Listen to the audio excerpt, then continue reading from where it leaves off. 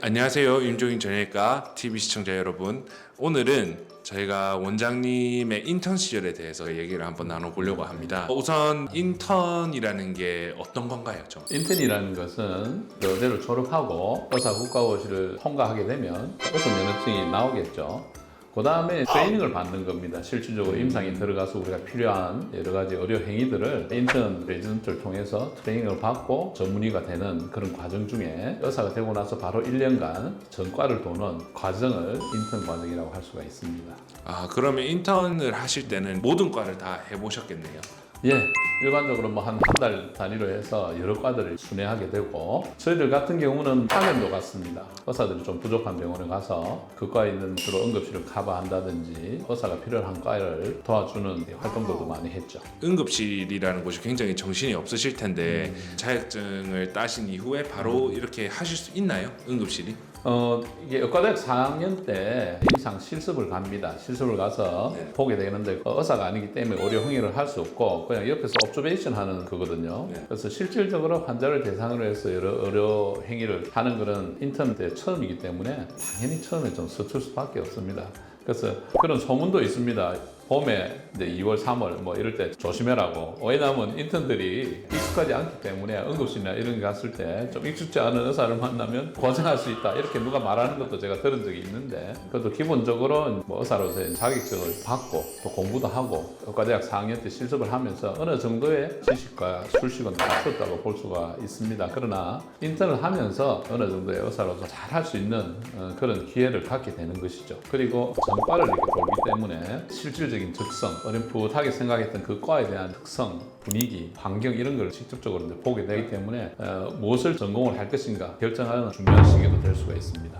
종합병원에 가면 이제 과가 굉장히 많은데 아주 인기 있었던 과도 뭐 있었을 거고 인기가 좀 없었던 과도 있었을 텐데 혹시 그런 과가 뭐가 있었을까요? 80년대도 뭐 조금 뭐 차이는 있었는데 그때는 사실 뭐 제가 생각해 보면 성형외과나 뭐 안과나 뭐 정형외과나 내과 쪽에 좀 인기가 있었던 것 같고, 또 내과 계통도 역시 꾸준하게 인기가 있는 과였고 뚜렷하게 큰 차이는 없었다고 봅니다. 그래서 자기가 하고 싶은 과 중심으로 하는 게 가장 좋은 선택이 되었는데, 요즘은 그런 차이가 그때보다 좀 많이 나는 것 같거든요. 뭐 이렇게 사람 생각하기 나름이죠. 무엇을 가장 중요시하나 그런 뭐 가치관의 차이도 있을 거고 자기한테 잘 맞아야 되거든요. 이게 평생 해야 되기 때문에 맞습니다. 그 과의 캐릭터가 자기하고 안 맞으면 못합니다. 스트레스 없이 비교적 행복하고 즐겁게 할 수 있는 그런 과, 그게 제일 저는 좋은 과라고 생각을 하고, 그게 모든 게 긍정적인 것만 생각하면 불행해질 수도 있습니다. 이게 좀 과가 좀 잘 안 맞을 수 있어요. 적성이 안 맞아서 고생하는 수도 많고 중간에 포기하는 분들도 많이 있거든요. 인턴이 되고 나서도 이렇게 포기하시는 분들도 있었나요? 있었습니다. 사실은 임상이 환자 보는 것 자체가 이게 너무 힘들다. 환자를 직접 대해서 환자 케어하고 진료하는 행위가 정말 적성이 안 맞고 공부하는 거 좋아하는 친구들도 있었습니다. 공부하고 행정적인 거 이런 것도, 그런데 적성이 맞는 친구들은 뭐 보건소라든지 공적인 어떤 기관에 지금도 이제 뭐 잘 지내는 분들도 있고, 공부보다는 환자를 보는 게 좀 좋다 이런 분들은 당연히 임상에 가야 되고, 요즘은 의사들이 가는 길이 굉장히 다양해졌습니다. 여러분들 이제 뉴스 보시면 뭐 의사 기자들도 있지 않습니까? 그런 기자들도 있고 뭐 유튜브도 있고 뭐 칼럼도 쓰는 분도 있고 연구하는 의사들도 많습니다. 사실 미국 같은 경우는 의과대학 졸업하고 연구원의 길을 걷는 의사들이 굉장히 많습니다. 우리나라보다. 그럼 충분히 노후도 잘 보장이 돼 있고, 그래서 요즘 특히 또 우수한 분들이 많이 의과대학을 가는 걸 알고 있는데, 그런 분들도 꼭 환자를 보는 임상보다는 인류를 위해서, 공익을 위해서 연구를 해서 그 한 사람을 위해서 사회적으로 얻는 메리트가 자기가 환자를 보호하는 기업하는 것보다는 굉장히 가치 있는 일이 될 수 있거든요. 그래서 요즘 의과대학 가는 학생들도 다양한 분야로 한번 바꿔서 생각해 보는 것도 참 좋은 선택이 될 거라 생각합니다. 그렇다면 이제 원장님께서 저번 편에서 말씀하시기를 실습하실 때 정형외과 제일 마음에 드셨다고 말씀을 하셨는데 인턴 하실 때도 똑같았나요? 인턴 할 때도 돌아보니까 정말 재밌더라고요. 재밌고 또 내과라는 게 바로바로 결과가 또 볼 수 있는 거니까 진료 얘기를 하고 나서 좀 결과가 좀 빨리 나오는 편이거든요. 그렇구나. 예를 들면은 내과 쪽이나 그다음에 정신과나 이런 건 조금 결과 보는 게 금방 보는 것보다는 조금 뚜렷하지 못한 그런 게 있습니다. 그게 정신과가 좀 진짜 그런 쪽이 있기 때문에, 물론 또 정신과 쪽을 아주 좋아하시는 우리 선생님들도 있지만 저는 그렇더라고요. 저는 그냥 빠른 결과, 드라마틱하게 빨리 좋은 결과를 볼 수도 있고 하는 게 굉장히 마음에 들었고 그 정형외과는 그 파트가 여러 가지를 해볼 수 있는 파트고 정형외과라는 거는 그 기구들 예를 들면 인공관절이나 수술 굉장히 기계적인 어떤 여러 가지 머티리얼이나 모형이나 이런 데 따라서 아이디어가 굉장히 다양하게 적용도 할 수 있고 의공학이 발달하면 정형외과적인 여러 가지 기구들도 같이 발달할 수 있기 때문에 그런 것도 굉장히 매력이 있었습니다. 정형외과는 이 수술이 굉장히 잦은 과인데 밤에 그렇게 수술하고 뭐 그런 거는 힘들지 않으셨나요? 우리 인턴을 돌아보면 수술을 하는 과가 있고 수술을 안 하는 과가 있잖아요. 그럼 수술하는 과가 좀 더 힘듭니다. 그렇겠죠. 수술하는 과를 이제 인턴을 돌아보면 그는 수술 준비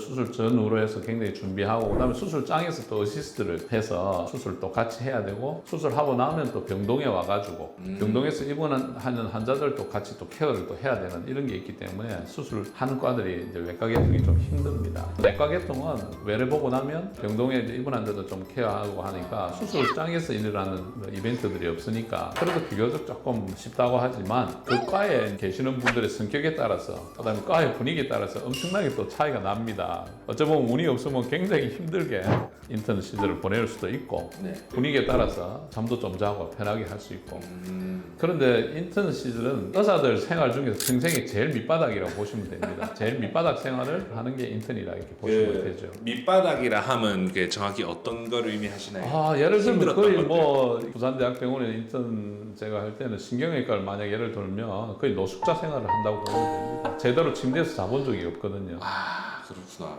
수술하고 이런 게 심야에 주로 시작하기 때문에 우리가 수술을 왜 밤에 NS라 그러면 뉴로 서저리인데 네. 서저리인데 나이트 서저리라고 우리가 그렇게 이야기를 막 불렀거든요. 그러니까 밤에만 막 하는 밤에만 그러니까 잠을 잘 수가 없는 거죠. 그럼 밤새 수술하고 아침에 일어나면 아침에 또 살 수 있나? 아침에 또 나름대로 인턴 해야 될 일이 있으니까 너무 힘들고 뭐 그다음에 밤새 중환자실을 이제 케어하면서 뭐 주사는 몇 시간마다 계속 이렇게 신경외과 환자들은 이제 콤마 환자들도 많고 하기 때문에 그거 뭐 케어하고 주사 계속 의사가 이렇게 IV를 슈팅해야 됩니다. 이렇게 그런 거 소변줄 갈아주는 거 석션해서 뭐 가래 뽑아 하여튼 뭐 이 일들이 일반인들이 상상할 수 없는 일들이 많이 있습니다. 그래서 그런 과들을 돌 때는 거의 뭐 죽었다 생각. 그게 그럼 왜 그렇게 밤에 그 수술이 뭐 많을까요? 환자들 정형외과는? 특성상 좀 그런 것 같습니다. 환자 특성이 좀 급한 응급으로 주로 밤에 그렇게 많이 환자들이 있더라고요. 뇌졸중 환자나 뭐 중풍원 뇌졸중 환자 같은 경우도 밤에 많았기 때문에 그다음 사고도 좀 이렇게 밤에 좀 많이 일어나는 것 같고 대학병원이라는 데가 워낙 수술 건수가 많다 보니까 아침부터 해서 막 계속 하루 종일 이렇게 수술 스케줄이 있으니까 그 과를 이제 의사로서 뒤치다거리 한다고 보시면 됩니다. 제일 의사가 꼭 해야 되는 일인데 밑바닥 일, 제일 힘든 일, 여러 가지 잔심부름도 많이 하고 네네. 레전트들, 전공의들, 뭐 엑스레이 그 당시는 엑스레이를 다 이렇게 디지털이 아니라 찾아다녔으니까 방금 어떤 뭐 논문 쓰기는 엑스레이 같은 것도 막 엄청나게 쌓아놓으면 그 창고 들어가서 뭐 몇 시간을 뒤져가지고 그 환자 엑스레이를 찾아오고 막 이런 것도 했고 검체를 또 뽑아가지고 환자 뭐 피 뽑고 갖다 주는 일 뭐 이런 것도 하고 엄청나게 힘든 일들을 많이 하게 되죠. 네. 지원자가 적어서 고민하는 과들도 있거든요. 그러니까 위에서 오다가 내려오면 야 도망치기 전에 잡아야 된다. 그러니까 술도 사주고 밥도 사주고 절대 힘든 거 안 시키고 힘들지 빨리 집에 가라. 그 당시는 그냥 시키면 하는 거. 꼰대 같은 생각이 있다. 치프 레전트가 좀 깐깐한 분들 같으면 그냥 안 놔두거든요. 뭐 수술장에 들어가면 뭐 진짜 막 완전 날아다녀야 됩니다. 그런 또 인턴 때도 다양한 좀 우리 인턴의 모습들을 볼 수가 있습니다. 재밌네요 진짜.